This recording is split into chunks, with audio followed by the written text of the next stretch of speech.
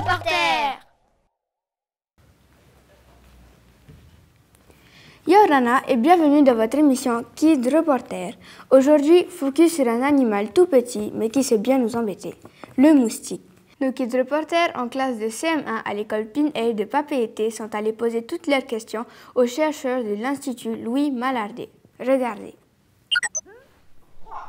Yo Rana, nous sommes les Kids Reporters.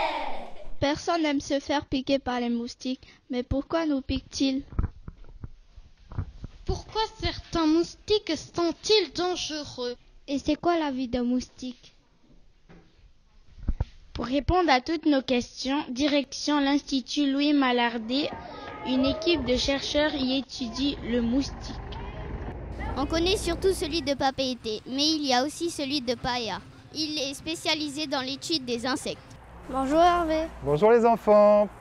Bienvenue au laboratoire d'entomologie médicale de l'Institut Louis Malardé, ici à Paya. Pouvez-vous nous expliquer votre travail? Ce que je vous propose, c'est de vous apprendre tout sur les moustiques, les maladies qu'ils transmettent, et de vous expliquer comment, grâce à la recherche, nous allons pouvoir lutter ensemble contre ce véritable fléau. Bienvenue. Oh, c'est joli. Un fléau, pas seulement parce que les moustiques piquent, mais parce qu'ils peuvent causer des problèmes de santé. On n'aime pas que les moustiques nous piquent car ça gratte et aussi ils peuvent nous transmettre des maladies. Lesquelles, Hervé? Tu as tout à fait raison. Vous avez tous entendu parler, je suppose, de la filariose lymphatique dans le Pacifique, et notamment sur nos îles. Et également la dengue, le Zika et puis le chikungunya qui sont des virus transmis par les moustiques. Et pourquoi il y a plus de dengue que les autres maladies? Alors pour la dengue, on distingue plusieurs sérotypes.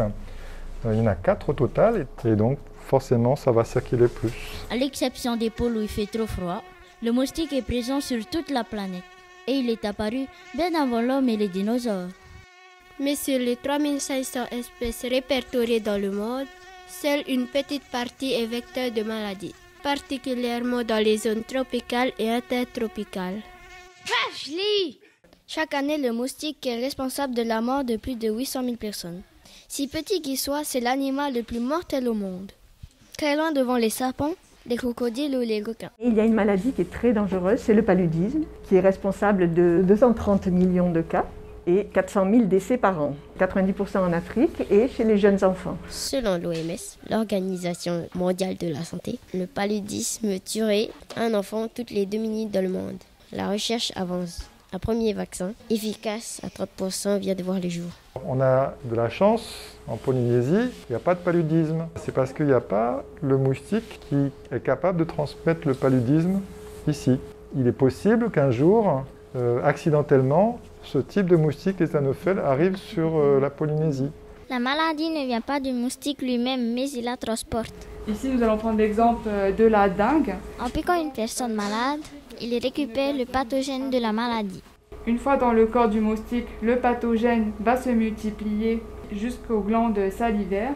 Une fois arrivé aux glandes salivaires, le moustique va repiquer quelqu'un qui n'est pas infecté et donc transmettre la maladie.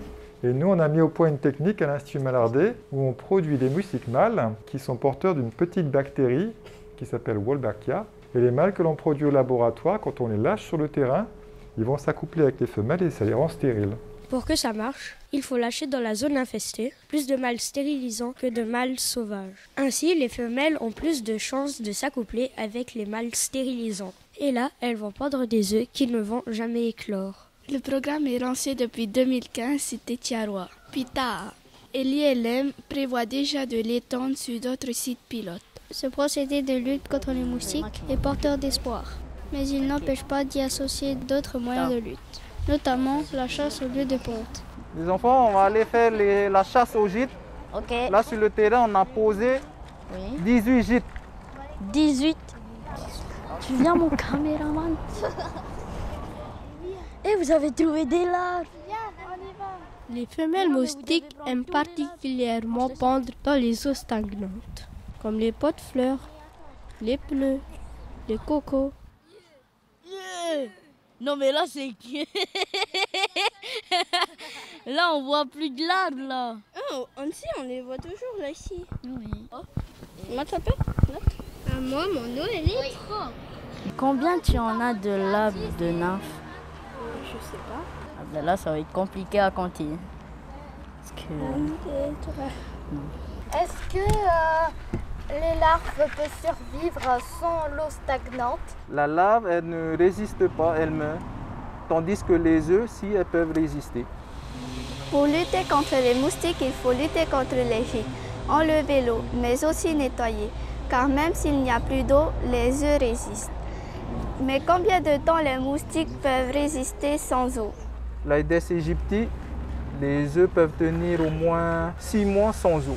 Dès qu'il y a une grande pluie, dans le gîte, il y a l'eau qui monte au niveau des œufs et il y a des éclosions. Pour l'Aedes polynésiensis, les œufs peuvent tenir 1 mois. Pour mieux les étudier, les chercheurs de l'ILM ont mis en place 3 types de pièges. Nous avons ce piège qu'on appelle le BG Pro. Donc il fonctionne avec un ventilo qui aspire justement les moustiques. D'accord. Vous voyez les moustiques? Oui. Ah, c'est ça les moustiques? Voilà, ils sont prisonniers à l'intérieur. Et à côté de vous, nous avons le deuxième type de piège. Ça on appelle le GATT. Il faut savoir que les moustiques sont attirés par la couleur noire. Voilà, tout à fait. Donc c'est un seau noir imbibé d'eau. Et à l'intérieur de cette eau-là, nous avons mis une mixture. Et c'est ça justement qui attire les femelles, enfin les moustiques. Et le troisième piège qui est ici, les femelles viennent justement pondre sur ces languettes. Ce qu'on a entouré en verre. Hein. Ça, ce sont des œufs de moustiques. Elles sont toutes petites. Comment vous savez que c'est les petits œufs? À l'œil nu, c'est difficile de comparer. Ouais. C'est pour ça qu'on fait des analyses, on emmène dans le laboratoire.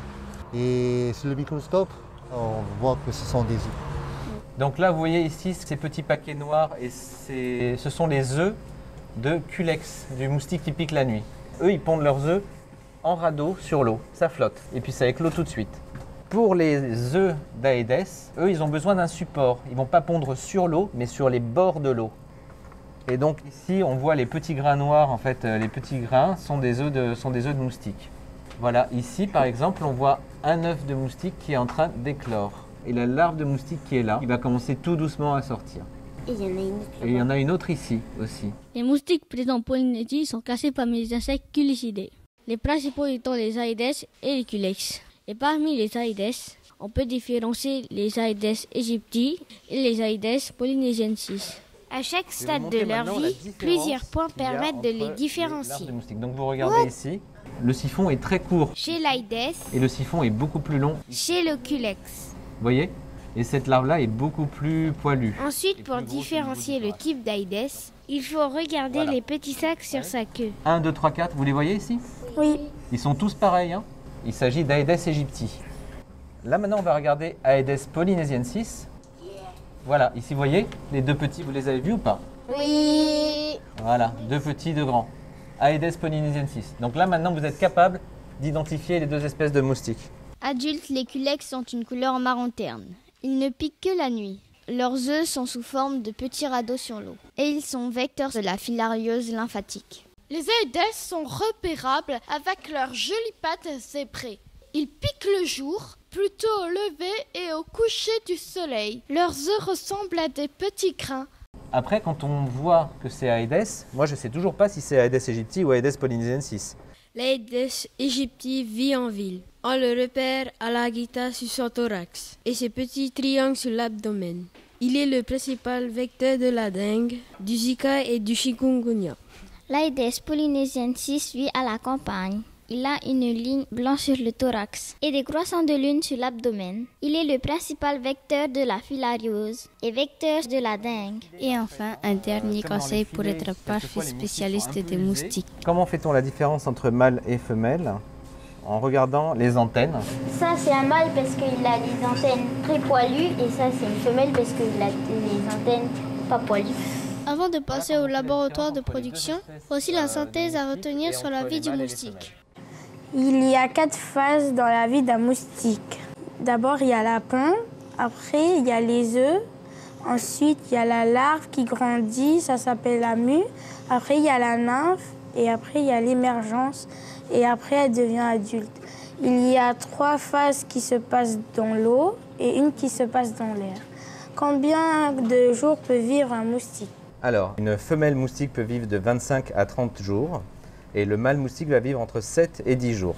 Ensuite, dans la vie aquatique du moustique, cela peut durer entre 6 et 10 jours. La femelle ne s'accouple qu'une seule fois, mais elle peut pondre 4 à 5 fois dans sa vie. Pour chaque ponte, elle a besoin de sang, car le sang lui apporte les protéines nécessaires pour le développement de ses œufs. Et c'est pour ça que les moustiques femelles piquent, les moustiques mâles ne piquent pas. Exactement. Petite démonstration. Donc ici, on a une cage que des mâles. Que faire? Mets ta main tout doucement, ok? Faut pas que tu aies peur, ils vont pas te piquer. Ils ne piquent pas? Est-ce qu'il y en a? Tourne un peu ta main, qu'on regarde. Ah, ils viennent pas sur toi. Mon bras ne les intéresse pas. Tu vois? Ils se baladent. Comme les abeilles et les papillons, les moustiques aiment butiner le nectar des fleurs, le jus sucré des fruits. Mais pour les femelles, ça ne suffit pas. Donc là, il n'y a que moi qui mettrai ma main dans cette cage. Je vais vous faire une petite démonstration. Donc dès que je mets ma main, elles viennent se poser et contrairement aux mâles, elles ne se baladent pas. Elles sont venues uniquement pour boire mon sang. Vous voyez, c'est donc la femelle et seulement elle qui pique et qui suce le sang des mammifères dans les ondes. Tout le monde voit? Donner la dingue? Mais non, ceux-là, ils ne donnent pas la dingue. Elle nous repère de loin grâce au CO2, le dioxyde de carbone que nous expirons. Puis, une fois à proximité, elle détecte notre chaleur et surtout nos odeurs. Sa trompe est faite de 6 fines aiguilles. Un des canaux injecte une salive anesthésiante et anticoagulante, et l'autre aspire le sang qui sera stocké dans l'abdomen. Quelques millionièmes de litres suffisent. Mais pour un moustique, ça représente 2 à 3 fois son volume. Pour obtenir du sang plus concentré en protéines, elle arrive à séparer l'eau des globules rouges puis la rejette. Regardez au ralenti. Ce n'est pas du pipi, c'est bien de l'eau. Ici, on est dans la salle où on produit les moustiques. Comment vous faites pour reproduire les moustiques? Première étape. On a nos cages de mâles, nos cages de femelles. On va les mettre ensemble et ils vont produire ce qu'on appelle des œufs. C'est ça. Dans ce pondoir-là. Donc le pondoir, c'est un bol avec un peu d'eau et un filtre à café. Et en fait, tout ce que vous voyez là, toutes les taches noires là, ce sont des œufs. Il y en a des millions qu'on va faire éclore en même temps. Comment on fait pour que toutes les larves éclosent en même temps? Le vide à l'intérieur de la cloche va créer ce qu'on appelle un stress mécanique. Si tu veux, ça va forcer les larves à casser leur œuf et sortir dans l'eau. J'attends une demi-heure à 45 minutes, je récupère les larves et ensuite ça se passe à côté. C'est quoi cette machine? Donc cet appareil va nous servir à compter les larves pour pouvoir les disposer dans les chariots de production, de croissance. Si on en met trop, plus que 2950, elles vont mal se développer, elles vont mal se nourrir et mal se développer. Et on n'arrivera pas bien à distinguer les nymphes mâles des nymphes femelles. Une fois que j'ai mon pot de 2950 larves, je viens le disposer dans des bacs de croissance. Pourquoi les larves, ils sont là? Elles aiment bien se mettre en groupe, elles s'agrègent, on appelle ça. Par contre, ça sent le piment. Ça sent comme il y a de la nourriture, il y a des larves qui mangent et donc elles font des excrétas, donc elles font leurs besoins à l'intérieur du bac. Forcément, ça sent pas très bon. Nous, ce qui nous intéresse, ce sont uniquement que les nymphes mâles. Donc, comme les nymphes femelles sont plus grosses, on va utiliser un séparateur de nymphes. Donc ici, on va verser les nymphes à l'intérieur du dispositif. Et on remarque ici qu'il y a différents étages. Le premier étage ici qui commence à se former, qui correspond aux femelles, et ici, les mâles. Et en dessous, vous avez les larves qui ne sont pas encore métamorphosées en nymphes. Donc progressivement, on va venir écarter la vitre de la plaque, ce qui va permettre de faire descendre les larves. C'est comme ça qu'on peut sélectionner uniquement les mâles stérilisants pour les faire métamorphoser en moustiques et pouvoir les lâcher sur nos sites d'études. Mais avant, une dernière étape. Donc je vais vous mettre des gants. Enfin, vous allez mettre On a ajouté à la jus sucré un colorant rose fluo. Pourquoi vous faites manger aux moustiques du fluo? C'est pour pouvoir les reconnaître après. Donc c'est un colorant qui est intégré au jus sucré des moustiques et qui nous permet de marquer nos moustiques. C'est-à-dire que les moustiques vont venir se nourrir sur notre colorant. Ils auront cette couleur rose. On va les lâcher, puis on va les recapturer. Et comme ça, on pourra dire « Ah, ce moustique est rose, c'est mon moustique ». Ça, ce sont des moustiques qui n'ont pas été marqués par notre rhodamine, donc qui est le colorant rose. Et à côté, nous avons des moustiques avec un ventre rose. des moustiques qui ont absorbé le colorant. Suite au succès de ce programme, l'ILM prévoit de produire plus de moustiques stérilisants. Et moi, j'ai vraiment envie de devenir chercheur. C'est vrai? Ah, tu veux devenir chercheur? Alors, Moi aussi. si je donnais des conseils, pour être chercheur, il faut avoir soif de connaissances, il faut être très patient, bien sûr rigoureux, et il ne faut pas avoir peur de faire des études. Alors, ce qu'il faut retenir, c'est s'il n'y a plus de gîtes, il n'y a plus de larves. S'il n'y a plus de larves, il n'y a plus de moustiques. S'il n'y a plus de moustiques, il n'y a plus de maladies. Merci de nous avoir suivis. Avant de nous quitter, voici la question du jour. Qui pique chez les moustiques? Uniquement les mâles? Réponse 1. Uniquement les femelles? Réponse 2. Les mâles et les femelles? Réponse 3. Si vous n'avez pas la réponse, revisionnez le reportage en replay sur le site internet polynésie.lapremière.fr et continuez de nous suivre, les Kids Reporters, sur YouTube, Facebook et Instagram. À la semaine prochaine!